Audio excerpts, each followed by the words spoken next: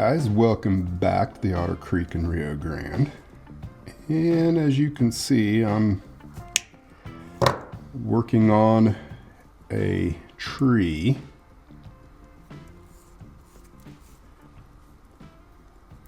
I'm not sure how well this is going to work. I've never done one of these before. This is going to go on my Katy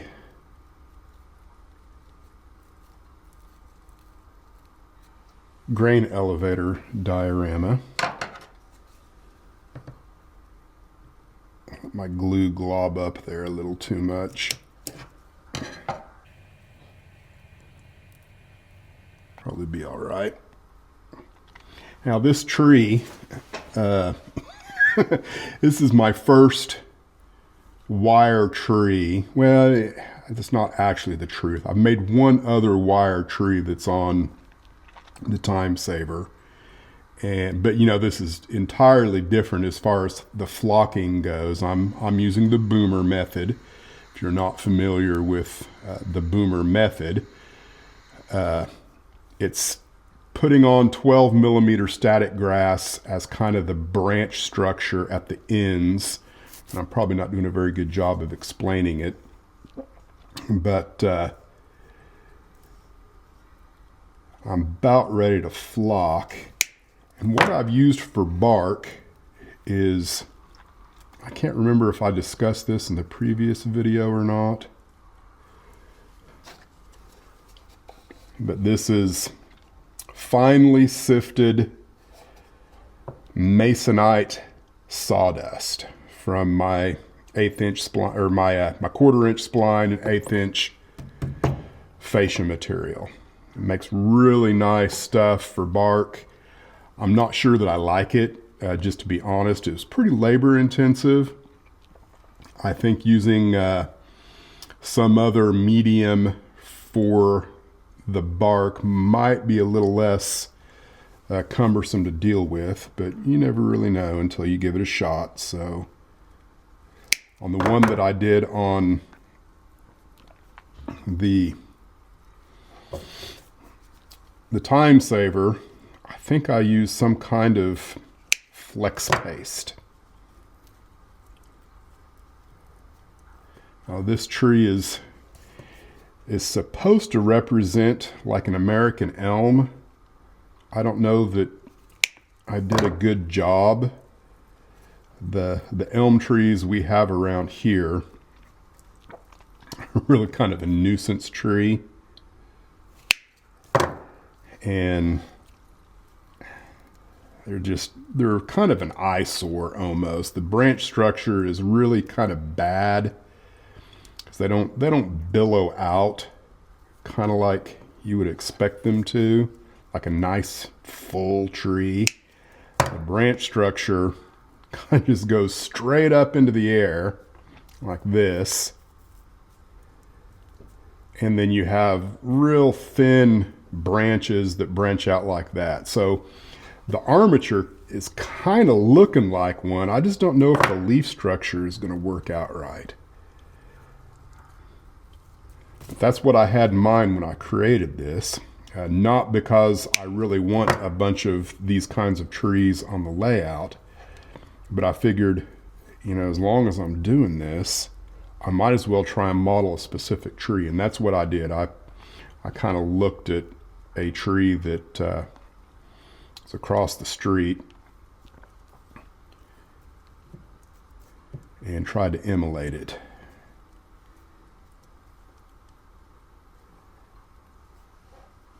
Which, you know, it could be worse, I suppose. Now, I think the next step is to go ahead and paint the entire armature.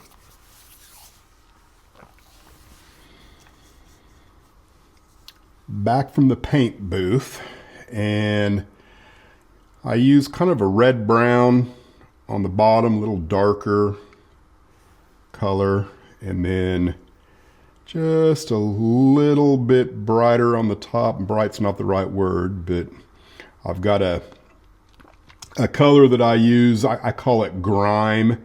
That's specifically for my box cars. That works good as kind of an overall grime layer, and it's just a little bit lighter than kind of the raw umber color that I used on the underneath side. So it's a little brighter on the top, a little darker on the bottom. Now, if I understand right, the next thing I want to do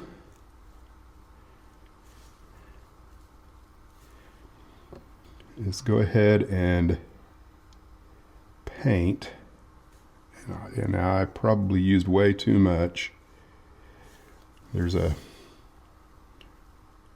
finesse to this as I understand it.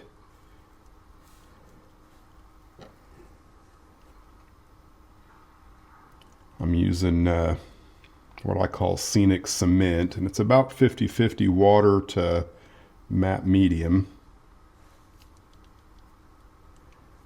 And it might actually be a little too thin, I don't know.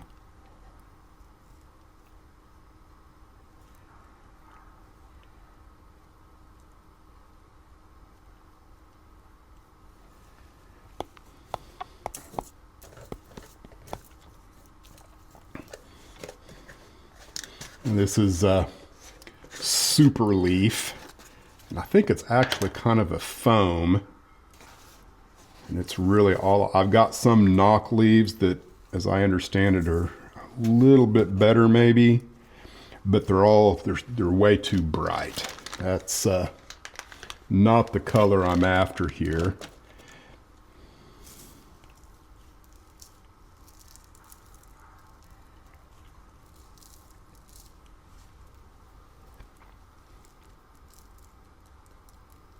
I probably should have done the bottom side first. I will do that on the next one.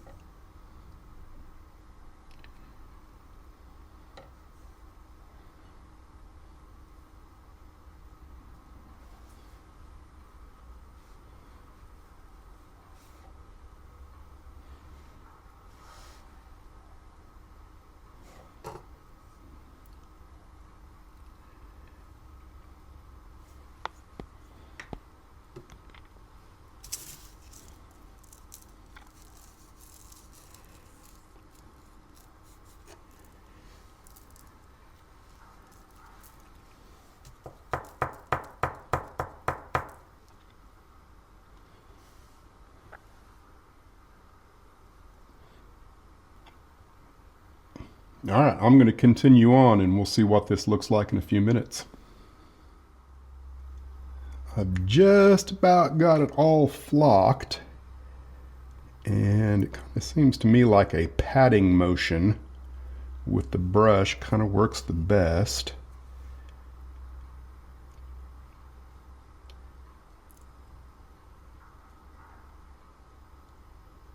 Now, you might be tempted to try this maybe with without painting the static grass. I don't know that I would suggest that, because the paint on the static grass helps kind of grab the glue, because it's a primer. Well, I would say it looks a little better than I thought it was going to. Now, it's not composed. I'm going to let it dry completely, but all of these branches, for the most part, are going to kind of go straight up into the air, because that's the prototype that I'm looking at, which is just a real thin branch structure. And I don't know that you could model think it's the Chinese elm, I think specifically is what I'm looking at. Kind of an ugly, worthless tree, but I thought, you know, it'd be a good place to start on a prototype tree. So I'm going to let this completely dry, and I am also working on this, which I built this, I think I built this at the same time that I was working on the Time Saver, but just never did find a place that I liked it. So it's been hanging around just as a wire armature. So now I'm finally getting around to flocking it. I think I know exactly where it's going to go on the layout.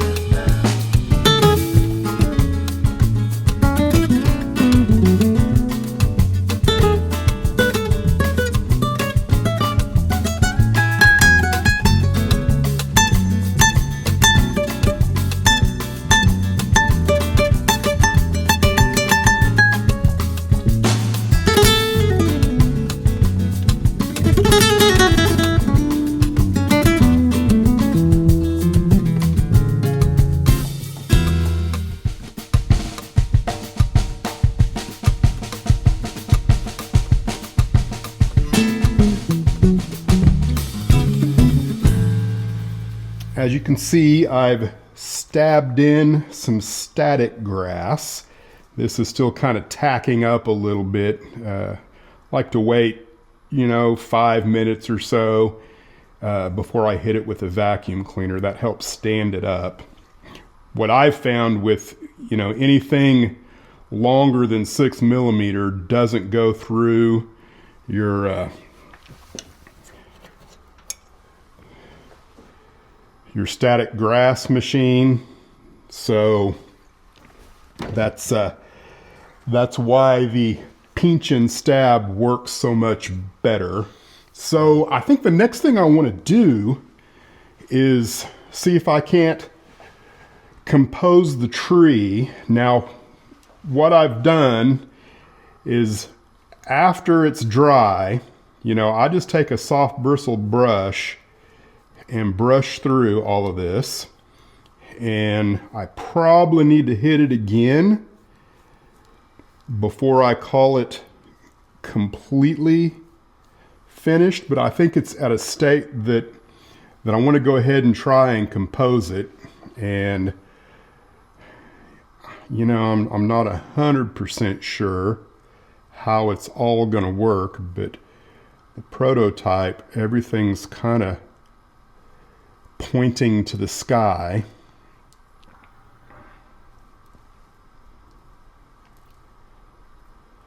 And of course, I need to probably throw the building on and kind of see how it fits within the building as well.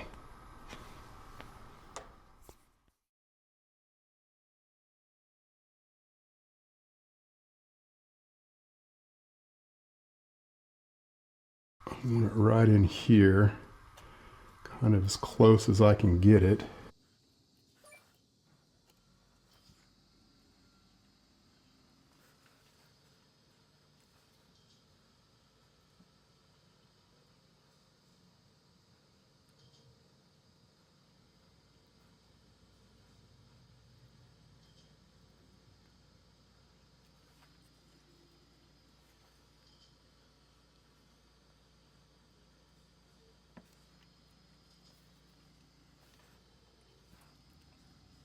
That ought to be about right. If I can just figure out now how I'm going to plant it so it doesn't look like it's just stuck in the ground.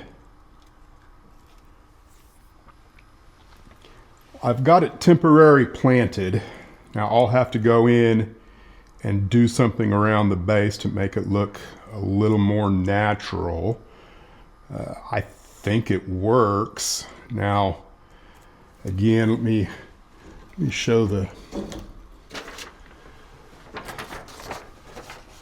Now, of course, this is in winter, but there's not a whole lot of difference in the summer either, because it's very thin. They're just very thin trees, so probably doesn't really look like the thing, but my thought is I'm going to be building a lot of trees moving forward, so you know there's a lot to learn still, which is what this whole thing's about, is just trying different things and trying to bring everything together in one small location to work on things. So I think I want to do just a few more things along the track here with some grass tufts. And then I think we'll be ready to move on to the river.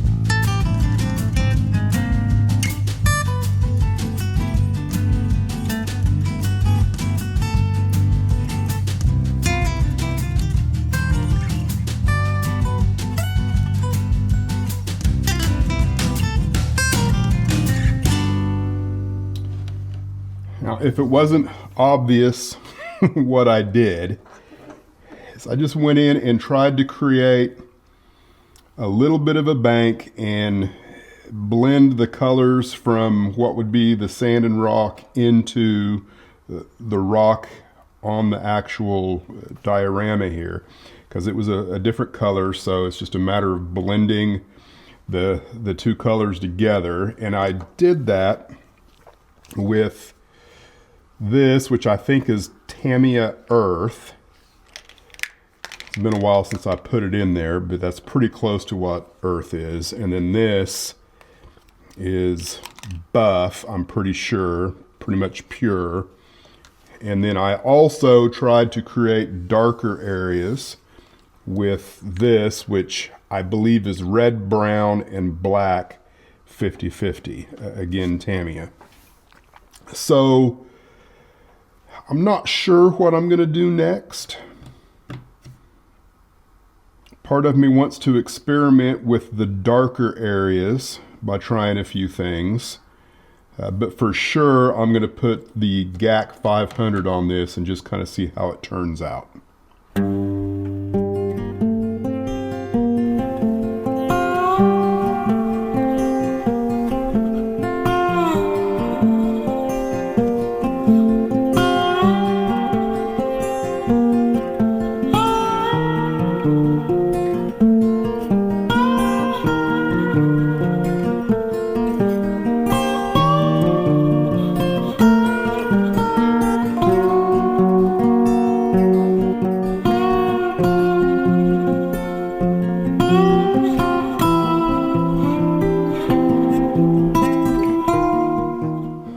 Here's the GAC 500. I don't know if you're reading that backwards or not. I've got my camera set up so that, there's just not a good setup for the camera. I'm doing the best I can. So this is GAC 500, and it's the gloss extender for fluid and acrylic colors.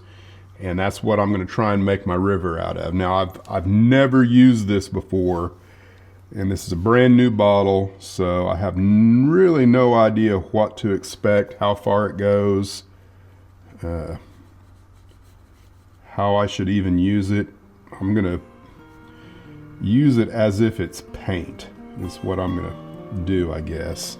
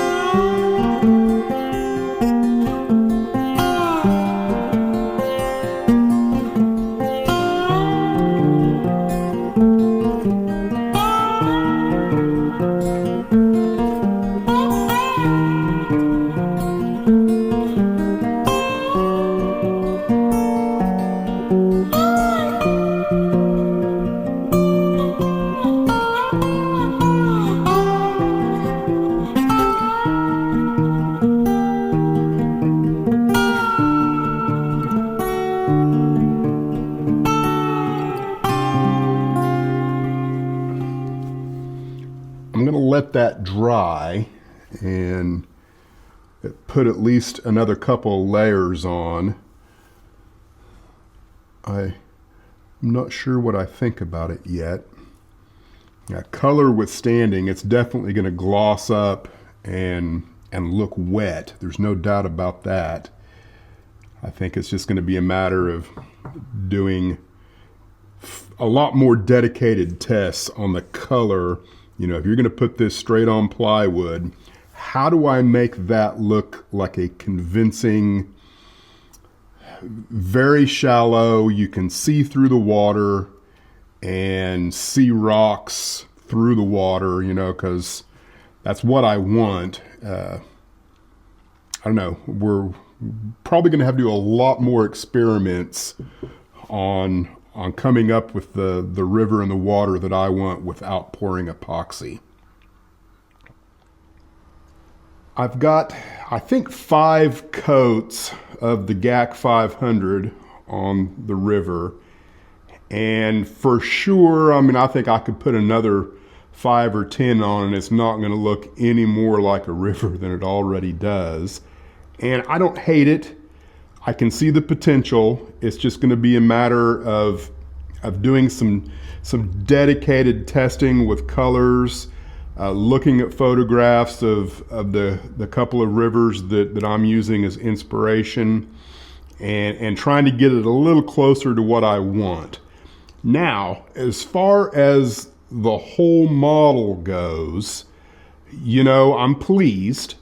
I think this was a very valuable experience in kind of bringing everything together into one spot and testing your skills and trying new things.